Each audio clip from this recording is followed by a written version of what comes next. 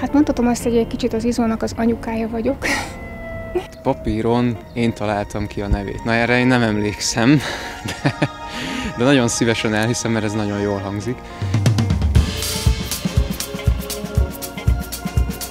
Én azt bírom az Izó 100-ba, hogy mindenki valami másba jó, de ettől lesz egy egység. Ha csak a megalakulást nézzük, akkor az Anna kitalálta, a Peti elnevezte, Marci megcsinálta a logót.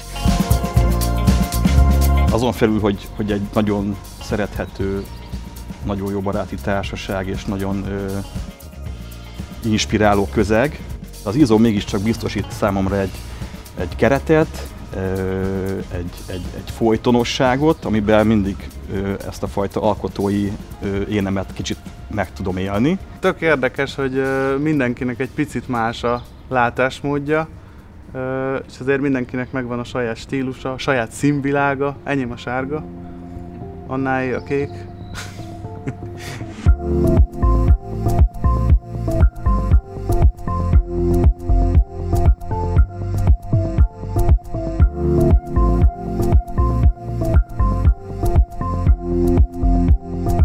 Nagyon sok ember fordul meg mindig körülöttem, és nekem a fotózás az úgy indult, hogy egy kikapcsolódásként, és hogy kimentem az utcára, és csak mentem, és ez így egy ilyen nagyon lelazító állapot nekem. Ilyenkor úgy megyek, minthogyha először látnám az utcát.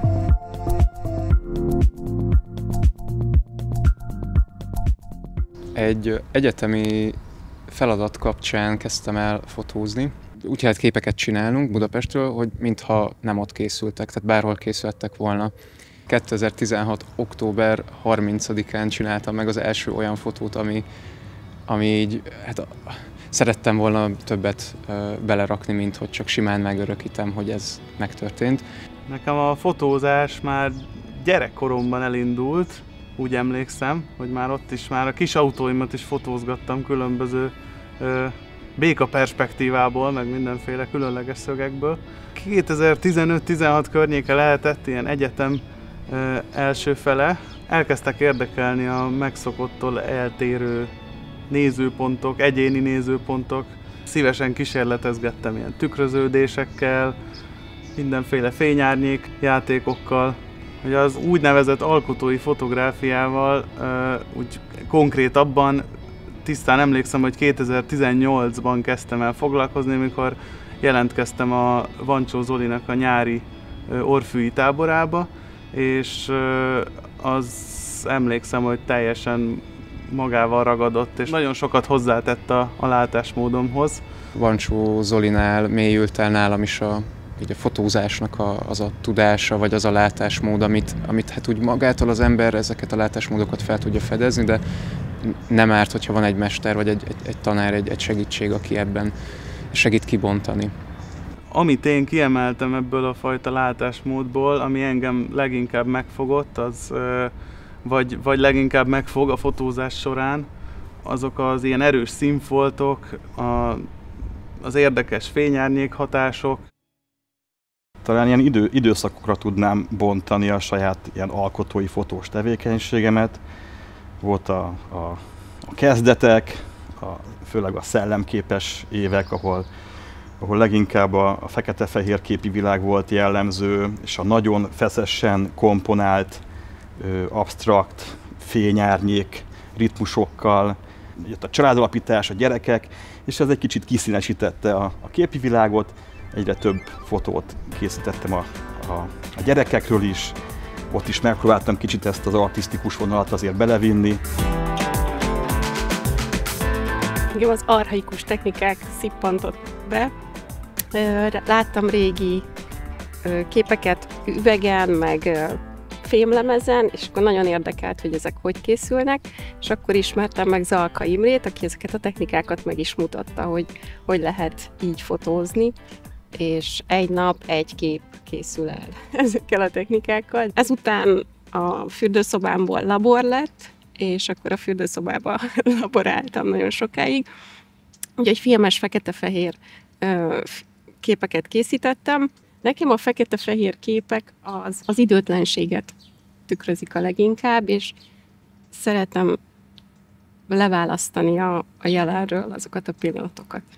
És ma már sajnos erre kevés a lehetőség, úgy a leginkább telefonnal fotózok, mert az van nálam mindig ott, és leginkább a gyerekeimet, mert az van nálam mindig ott. Mindig nálam van a fényképezőgép, mert nagyon ritkán tudok úgy menni, hogy egy határozott céllal, hogy én most fotózni fogok, és akkor ott eltöltök az utcán több órát. Tehát a sarki boltba megyek le, akkor is nálam van a fényképezőgép.